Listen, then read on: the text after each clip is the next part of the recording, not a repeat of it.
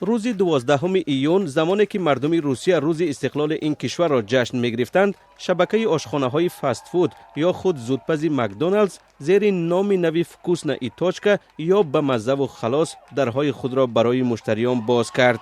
یک ماه پیش این شبکه معروف آشخانه‌های آمریکایی با اشاره به تجاوز روسیه به خاک اوکراین ابراز داشت که فعالیتش را در روسیه بس می‌کند.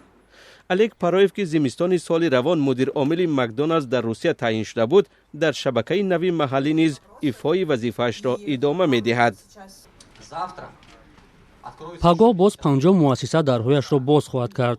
تا آخری ماه ایون نزدیک 200 آشخانه فعال می شود. این روند تا آخری تابستان دوام خواهد کرد و ما در تمام منطقه ها مؤسسه هایمان را دوباره فعال می کنیم.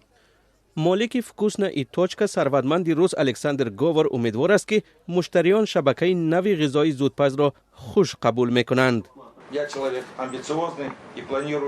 من انسانی نامجوی هستم. نقشه من با فعال نمودن این 850 آشخانه خاتمه نخواهد یافت. من آشخانه های نو هم بنیاد خواهم کرد و ما به طور جدی صفت غذایی برای مهمانان تقدیم شونده را نظارت میکنیم. خادمان شبکه نو میگویند که نمود داخلی آشخانه‌های مکدونالدز را تغییر نمیدهند، اما اشاره‌ها به نام کهنه را پوره از بین میبرند. مراسمی با تنتنه دیروزه را نفر با لوحه بیگ مک را برگردانید خللدار کرد.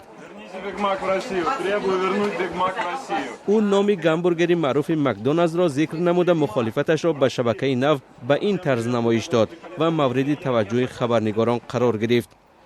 کارشناسان افتتاح شبکه نوی غذایی را همچون امتحان تاب‌آوری روسیه به تحریم کشورهای غربی مینامند.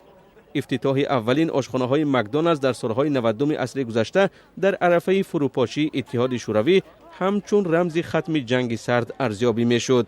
بازشوی شبکه محلی غذایی به جای مکدونالدز در روز استقلال روسیه هم شاید به رمز تبدیل یابد.